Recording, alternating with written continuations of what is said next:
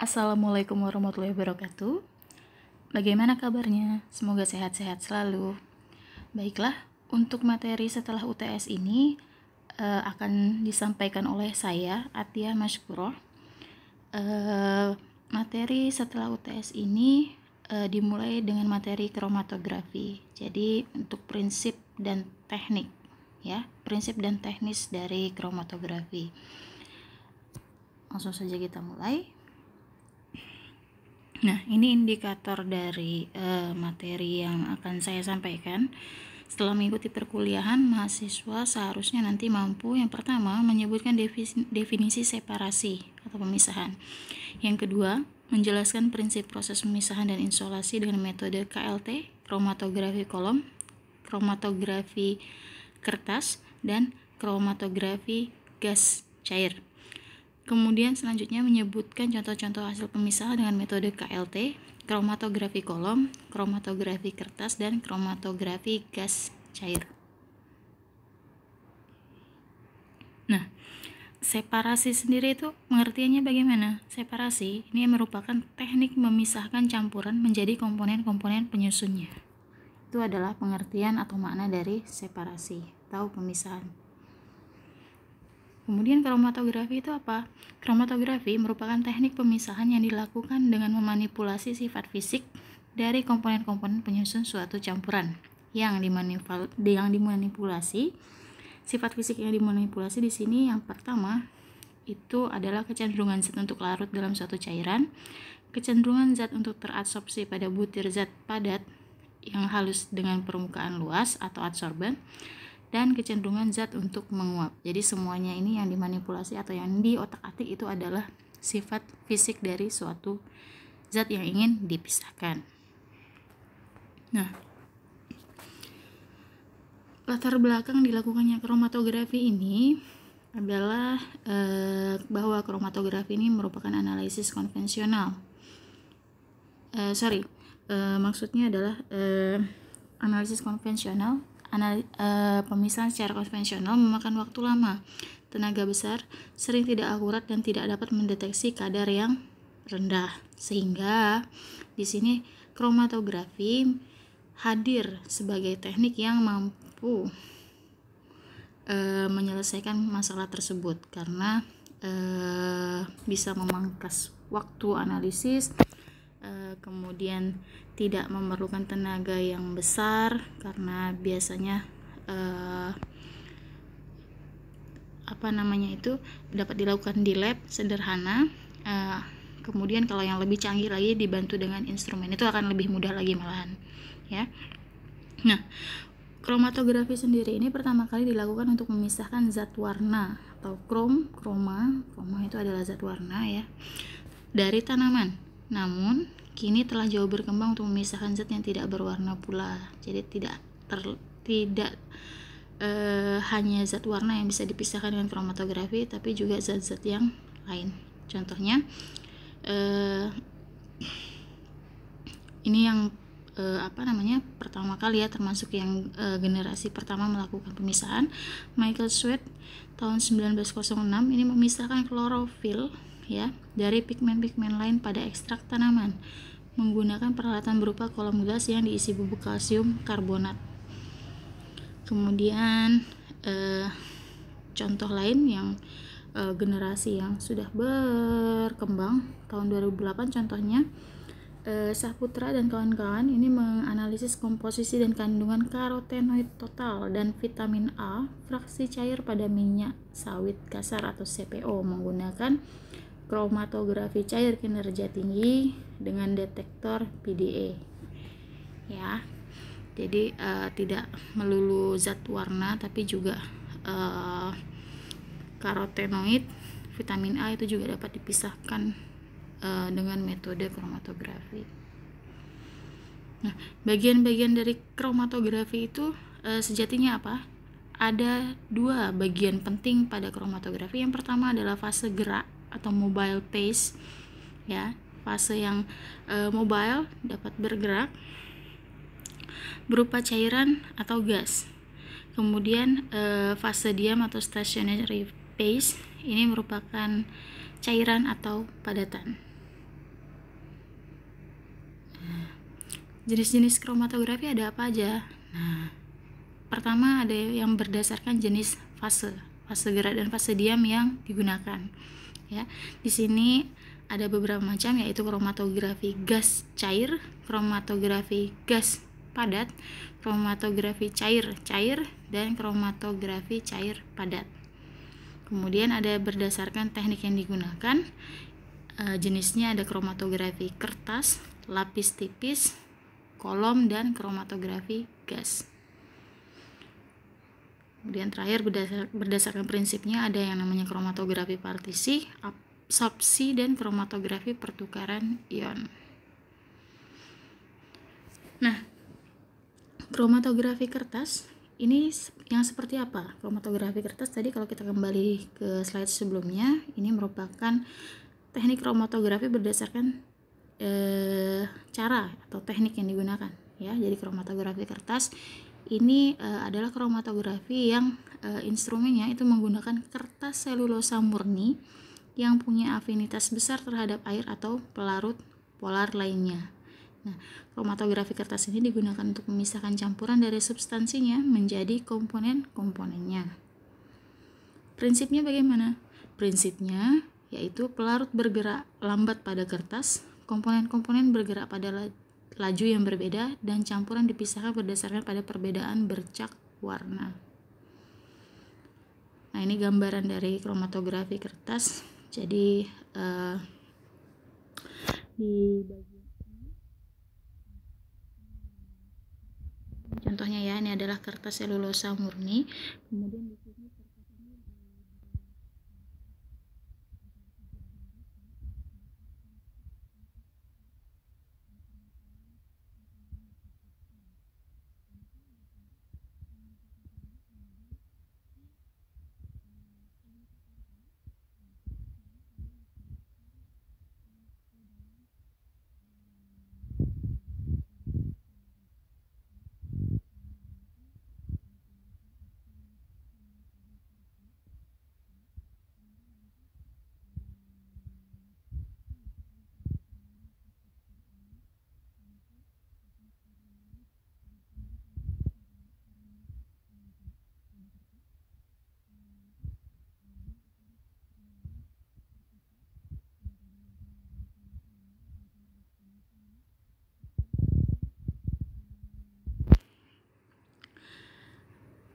tingkat kelarutannya apa?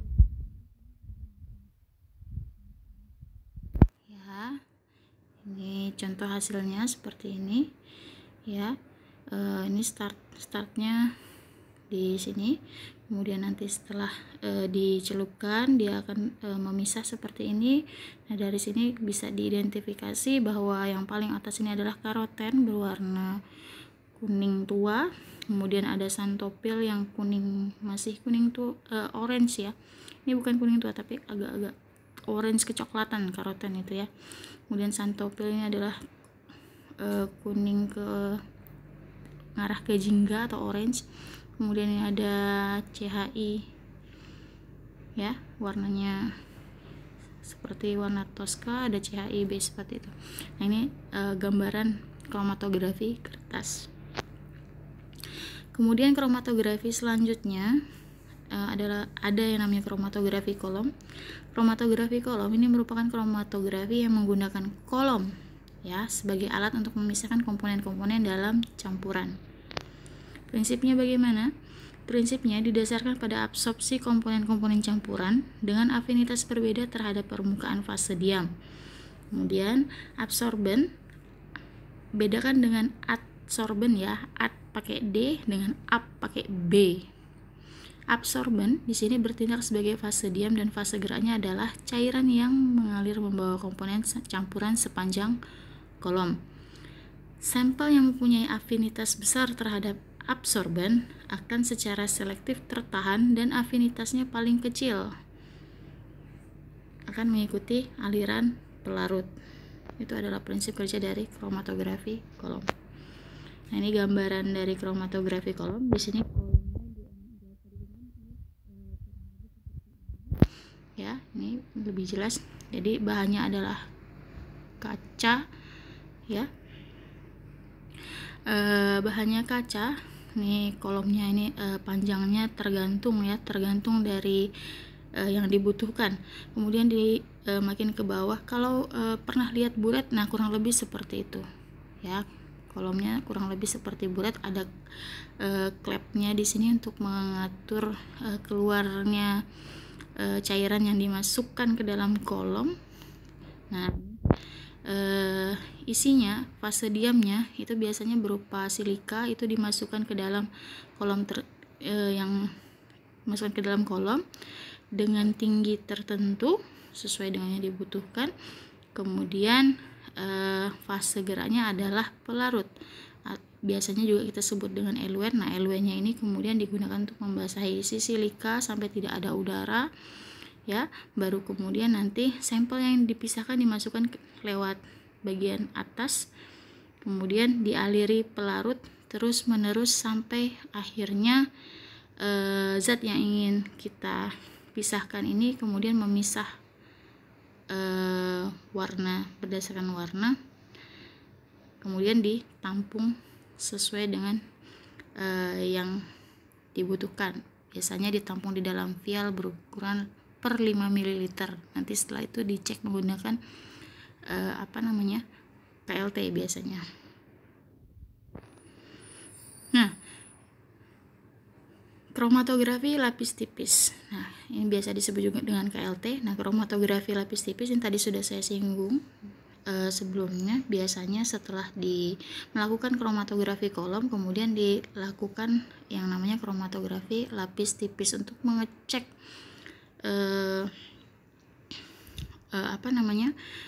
suatu hasil pemisahan dari kromatografi kolom itu punya karakter yang sama atau tidak per vial yang ditampung tadi ya. Misalnya kita menampung per 5 ml. Per 5 ml nanti akan ada beberapa puluh vial. Nah, itu dicek melalui KLT dengan cara nanti akan dijelaskan. Nah, kromatografi lapis tipis ini maknanya apa atau definisinya apa? KLT ini merupakan cara pemisahan campuran senyawa menjadi senyawa murninya dan mengetahui kuantitasnya. Jadi bisa digunakan untuk mengetahui berapa kadarnya. Kemudian KLT ini dapat digunakan untuk memisahkan senyawa-senyawa yang sifatnya hidrofob seperti lipid dan hidrokarbon yang sukar dikerjakan dengan kromatografi kertas. Nah, ini prinsipnya kurang lebih dengan kromatografi kertas. Cuman kalau kromatografi kertas karena dia terbuat dari selulosa, nah itu biasanya hanya dapat digunakan untuk memisahkan senyawa-senyawa yang sifatnya polar atau hidrofil ya. Dia lebih larut ke dalam yang pelarut yang sifatnya mirip dengan air. Nah, kalau KLT prinsipnya kurang lebih, namun lebih luas penggunaannya karena senyawa-senyawa yang sifatnya non polar seperti lipid dan senyawa hidrokarbon yang sifatnya hidrofob itu dapat dipisahkan juga melalui atau dengan menggunakan metode KLT ini. Nah, prinsipnya seperti apa? Prinsip kerja dari kromatografi lapis tipis ini menggunakan sebuah lapis tipis ya. Kalau tadi di kromatografi kertas pakainya kertas ya, kertas dibuat dari selulosa. Kalau KLT ini menggunakan lapis tipis yang terbuat dari silika ya, silika yang dilapiskan pada sebuah lempeng gelas atau logam atau plastik yang keras ya. Nah, silika atau alumina ini merupakan fase diamnya. Nah, fase geraknya merupakan pelarut atau campuran pelarut yang sesuai. Nah, ini gambaran dari kromatografi lapis tipis. Nah, prinsipnya kurang lebih ya seperti kromatografi kertas, bisa dilihat di sini. Nah, kalau kromatografi kertas di sini adalah kertas, kalau ini adalah lapis tipis ya, isinya adalah silika yang dilapiskan pada bisa plastik, bisa kaca ataupun logam ya.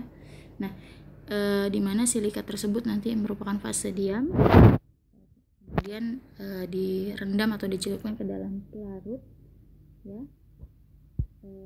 yang sesuai dengan sifat dari senyawa yang ingin kita pisahkan. Nah, dilakukannya sama dengan kromatografi kertas, dilakukan di dalam suatu bejana tertutup ya, yang sudah dijenuhkan. Maksud dari sudah dijenuhkan itu bagaimana? Sudah dijenuhkan itu maksudnya adalah seluruh bejana ini yang tertutup ini sudah dipenuhi oleh uap dari pelarut, sehingga nanti pelarut yang ada di sini ini lebih mudah naik atau lebih mudah terserap ke dalam silika pada lapis tipis yang dimasukkan ke dalam bejana tersebut ya, seperti itu. Kemudian selanjutnya ada kromatografi gas. Kromatografi gas merupakan proses pemisahan campuran menjadi komponen-komponennya dengan menggunakan gas sebagai fase bergerak yang melewati suatu lapisan serapan yang diam. Prinsipnya, gas pembawa biasanya menggunakan helium, argon, atau nitrogen. Jadi ini adalah gas yang inert. Inert itu artinya adalah tidak bereaksi. Gas yang tidak akan bereaksi dengan senyawa yang ingin dipisahkan dengan tekanan tertentu, dialirkan secara konstan melalui kolom yang berisi fase diam.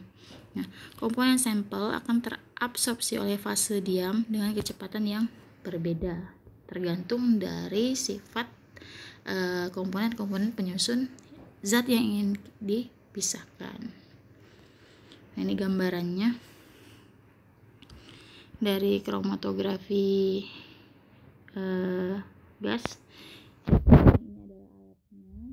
Prinsipnya ya kurang lebih sama dengan kromatografi kolom ya. Cuman kalau kromatografi kolom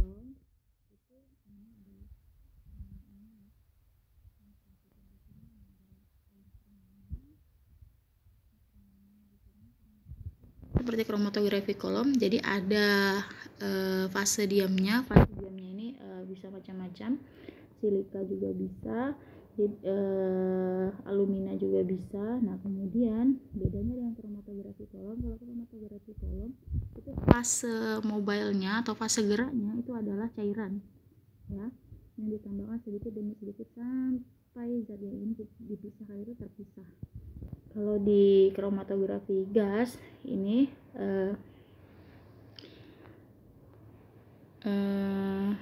fase diamnya itu bisa silika atau alumina ya, kalau dia kromatografi gas padat gitu ya. Kemudian fase geraknya itu merupakan gas yang sifatnya inert atau tidak akan bereaksi dengan zat yang ingin dipisahkan. Nah, kemudian setelah dialiri dengan kecepatan yang konstan, nanti pada akhirnya zat yang ingin dipisahkan itu akan terpisah. Kalau yang ini ya, instrumen ini setelah terpisah langsung direkam oleh recorder, diolah datanya sehingga nanti langsung terhubung dengan komputer ya, recorder kemudian terhubung dengan komputer, sehingga nanti di akhir akan langsung ketahuan bahwa senyawa yang ingin dipisahkan itu mengandung ini dan ini, seperti itu ya.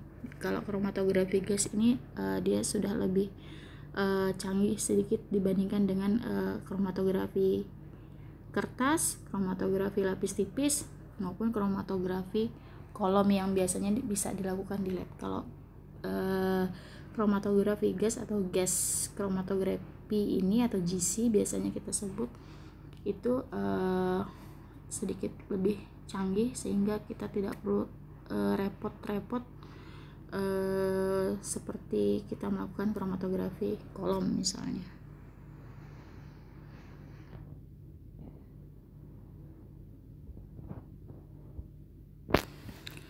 Baik, sampai di sini kira-kira ada yang ingin ditanyakan atau tidak? Kalau ada yang ingin ditanyakan silahkan tinggalkan komentar di kolom komentar ya, di bagian classwork untuk materi ini. nanti sebisa mungkin akan saya respon kemudian dijawab. Kalau misalnya bisa dijawab dalam bentuk tulisan, nanti akan dijawab dalam bentuk tulisan. Kalau tidak, ya nanti berarti mungkin akan saya bikinkan video atau bagaimana sesuai dengan yang dibutuhkan. Baik, sampai sini saya akhiri kuliahnya. Assalamualaikum warahmatullahi wabarakatuh.